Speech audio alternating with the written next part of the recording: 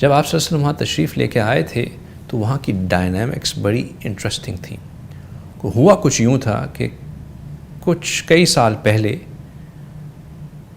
یہود یثرب آ کے آباد ہو گئے تھے، اور ان کے وہاں آنے کا مقصد یہ تھا کہ وہ نبی آخر الزماں کے انتظار میں وہاں آئے تھے. ان کے بڑوں نے ان کو یہ بتایا تھا کہ ہماری کتابوں میں یہ نشانی لکھی ہے کہ وہ نبی جو اللہ سبحانہ تعالیٰ آخری نبی کے طور پہ بھیجیں گے، جن کی ہاتھ پہ بیعت کرنے، جن کے ساتھ جڑنے سے تمہارے اللہ تعالیٰ گناہ معاف کریں گے اور تمہیں واپس اس مقام پہ پہنچائیں گے جس پہ اللہ سبحانہ تعالیٰ نے تمہیں ایک زمانے میں فائز کیا تھا، یعنی کہ تمہیں دوبارہ عزت ملے گی زمانے میں، وہ یثرب میں آئیں گے. You can be the chosen ones again. You can be the chosen ones again. یعنی کہ جو ان کو ریوائول تھا that was associated with them coming to Yathrib.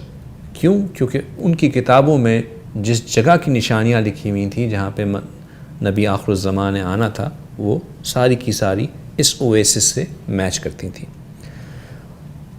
یہ یہود یہاں آ کے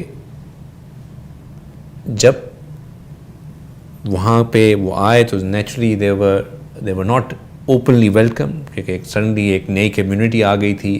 وہاں کے جو کلینز تھے وہ ان کے ساتھ اکثر جھڑپتے بھی رہتے تھے، اور بعض اوقات جب ان سے جھڑپ میں یا لڑائی کے اندر وہ ان کے اوپر ڈومیننٹ ہوتے تھے تو آپ یقین مانیں کہ وہ ان کو کہتے تھے کہ تم انتظار کرو، جب ہمارے نبی آ جائیں گے تو دیکھنا پھر وہ تمہارے ساتھ کیا کریں گے. یعنی کہ وہ ان کو اپنے نبی سے ڈرایا بھی کرتے تھے، اور اللہ کو پکارتے تھے کہ یا اللہ ہم تو آپ کے نبی کی تلاش میں یہاں پہ آئے ہیں، آپ ہماری حفاظت فرمائیں. لیکن جوز میں کچھ بزنس ایکیومن اور جو ان کی پولیٹیکل ایکیومن تھا، انہوں نے اس کو وہاں پہ آنے کے بعد اس کو بھی ڈسپلے کیا. وہ کس طرح کہ انہوں نے وہاں کی مارکیٹ کو کنٹرول کرنا شروع کیا. جو مارکیٹ اکانومیز تھیں ان کے ڈائنامکس سارے ان کے ہاتھ میں آ گئے. اب وہاں کے جو بھی ٹریڈ ہوتا، جہاں پہ جو بھی لین دین ہوتا، جو بھی لینڈنگ بوروئنگ ہوتی، وہ سب جوز کے ہاتھوں میں ایونچولی چلی گئی، which meant that they had the economic power. اسی طرح ہی اوس اور خزرج کی جب آپس میں جنگیں ہوتی تھیں تو جو ان کو ویپنز پرووائڈ کیا کرتے تھے وہ وہی جوش مارکیٹ پلیس کی سے آتے تھے.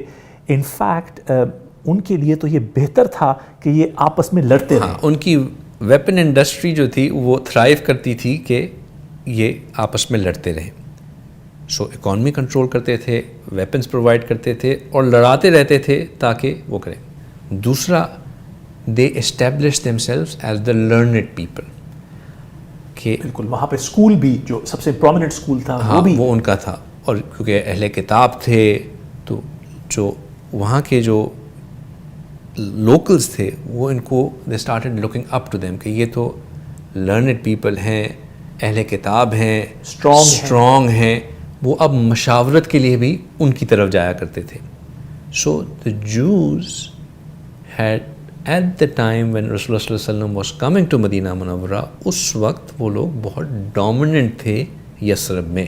تو یہ کہنا ایکوریٹ ہوگا کہ Yathrib at the time was not a pagan city with a few Jews living in it. It was a Jewish city with a few pagans living in it. نہیں، it was a pagan city but Jews despite being fewer in number were controlling it. ان کے جو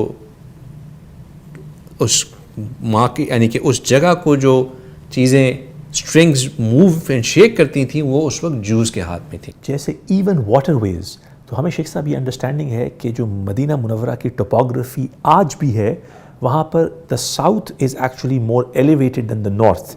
تو water flows from south to north, اور ہمیں یہ بھی traditions اور narrations میں ہے کہ the Jews control the waterways as well.